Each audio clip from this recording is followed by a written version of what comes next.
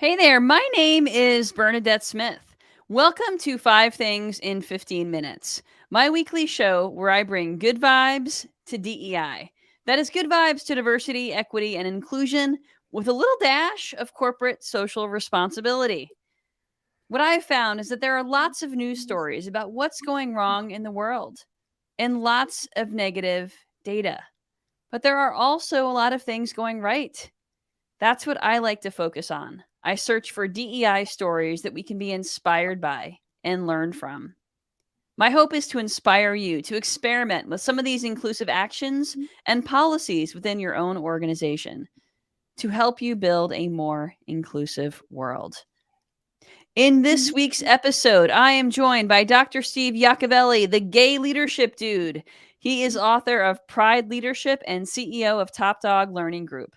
We'll chat about the first ever transgender woman inducted into the National Women's Hall of Fame, a $2 billion investment into Black owned businesses, Black women owned businesses, and more.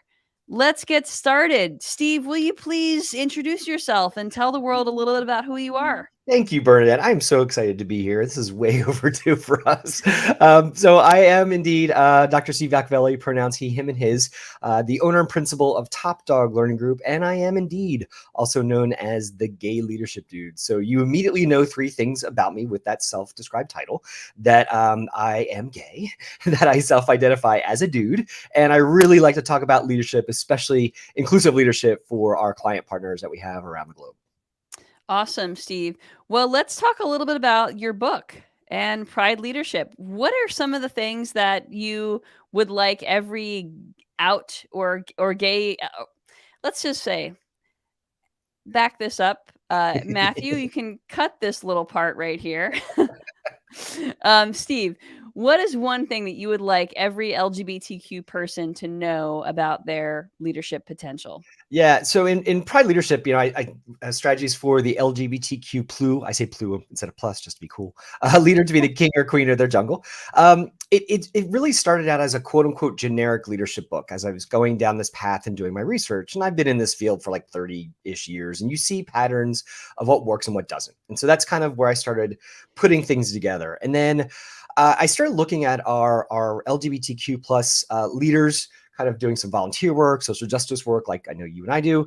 And I started kind of looking at them through a different lens. And my little Carrie Bradshaw, if you remember Sex and the City, went off. And I couldn't help but wonder, is being queer, general term, help you look at leadership differently? And so the 6 competencies that I focus on in Pride Leadership are authenticity, courage, empathy, communication, relationships, and culture. And so when you put those through the rainbow lens, as I like to say, is there something different? And I argue, yes, there is. Exercising our authenticity as a leader. Now, everybody, gay or straight or anything in between, can really embrace authenticity as a leadership superpower. But what does that look like when it's through the queer lens? And so, if I'm out at work, that's being my authentic self, and we could channel that power to be an even more effective leader than we already are. Awesome. I love that. I think that's really, really valuable for folks to realize because sometimes we let our marginalizations kind of get the better of us, but there's an opportunity to flip the script. Yep, I, absolutely. I love it. So, Steve, you live in Orlando, and I know that you have an anti-diversity Governor DeSantis there, and there's a lot of anti-LGBTQ laws being passed or proposed, and sort of it's an anti-diversity climate in the state right now. How are things going from your perspective? What's giving you hope?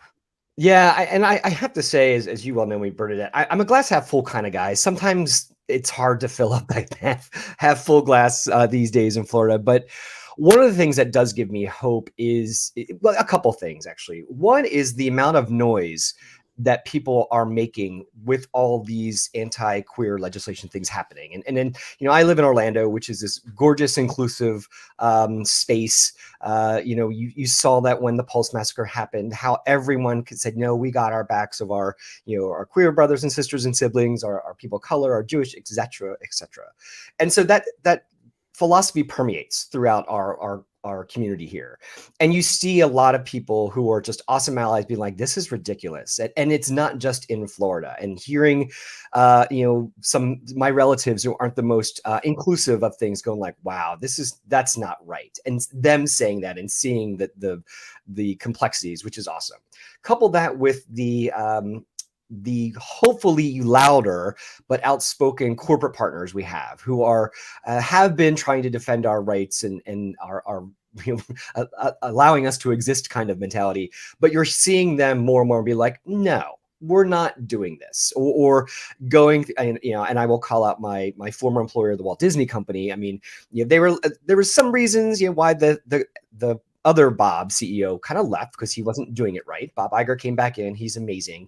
And just some of the things that Disney's done to try to thwart the power of the current administration in my state has been really refreshing to watch.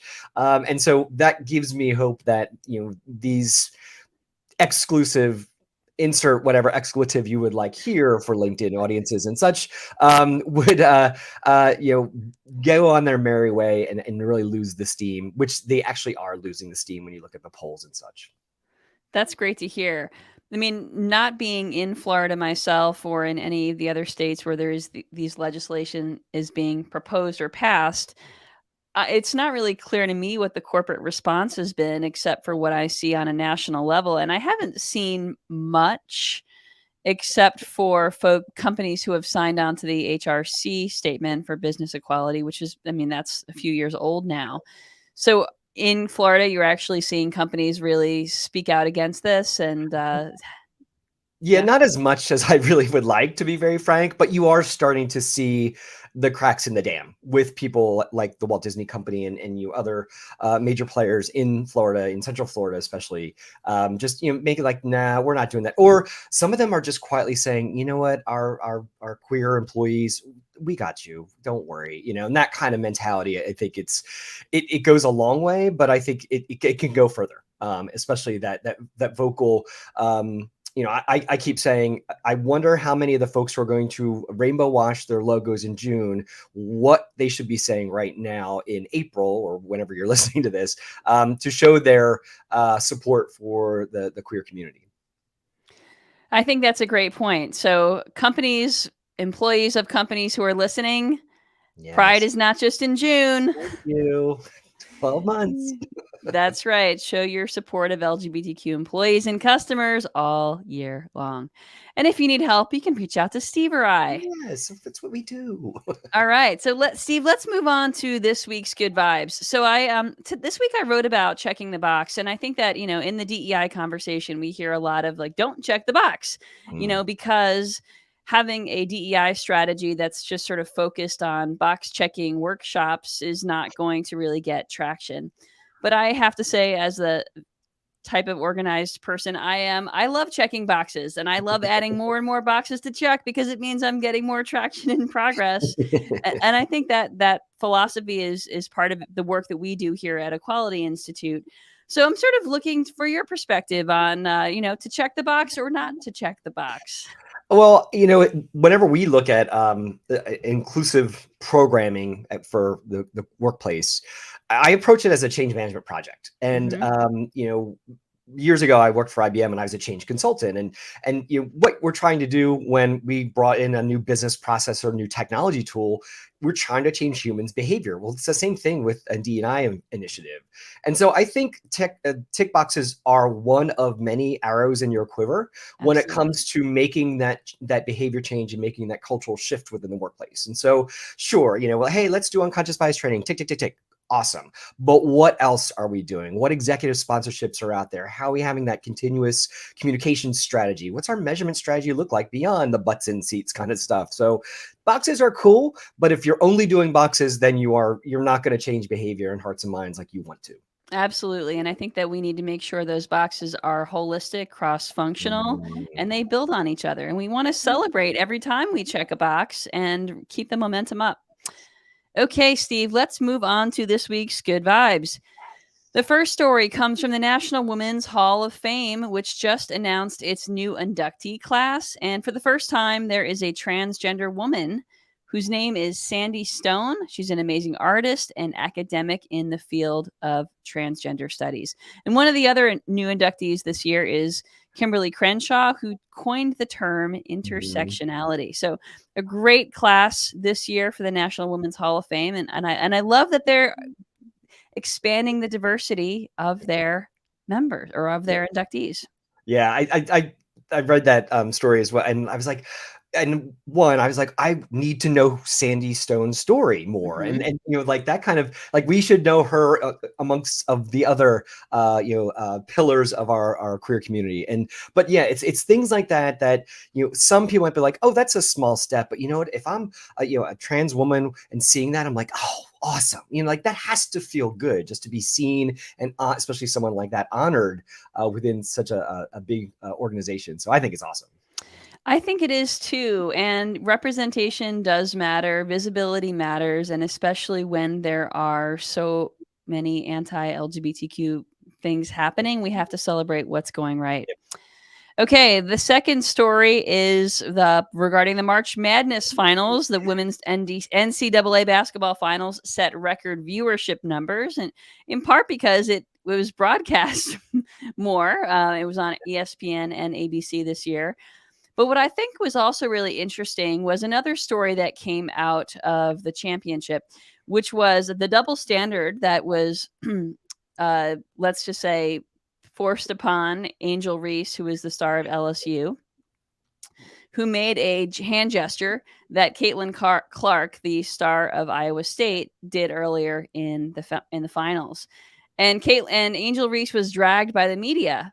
Angel Reese, by the way, is a Black woman, and she was dragged by the media. Caitlin Clark was not. So we got to see sort of a racist double standard up close for the exact same behavior. And even though it's not really a good vibe, I do love the teachable moments, and I do love the viewership numbers for women's basketball. Yeah.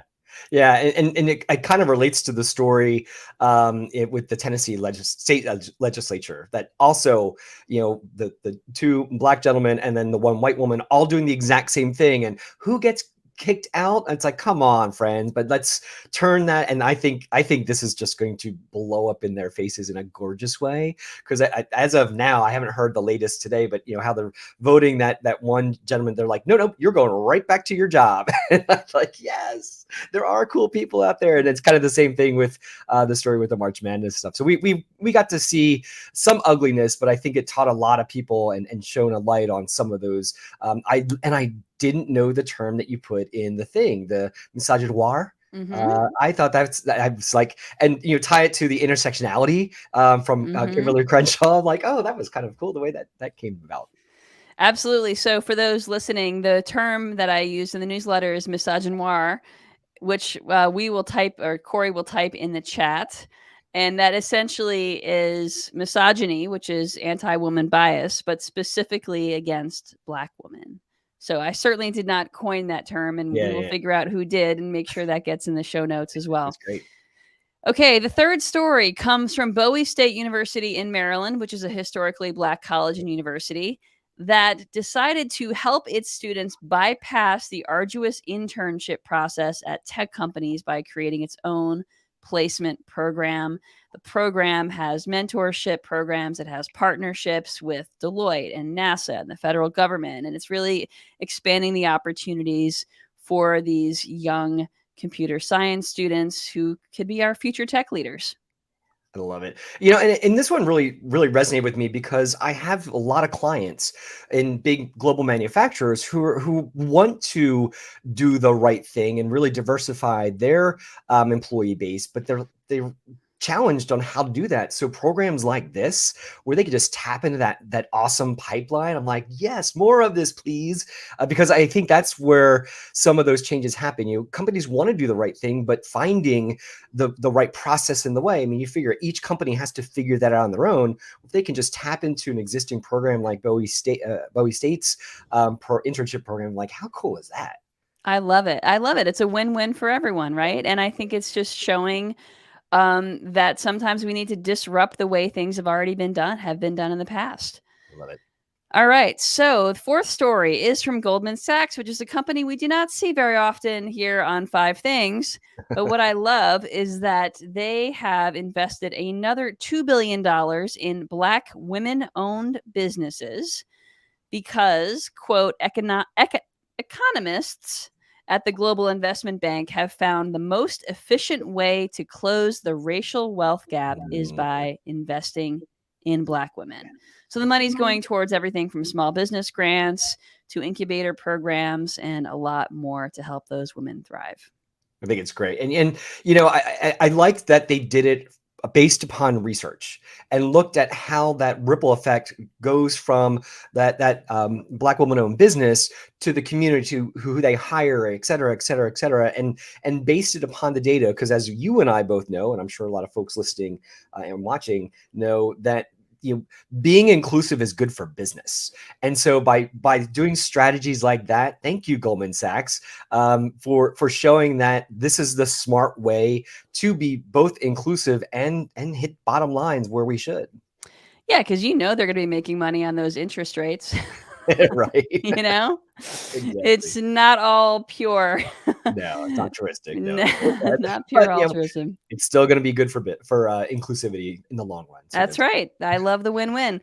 Okay, the fifth story comes from Bud Light, another, semi-altruistic move.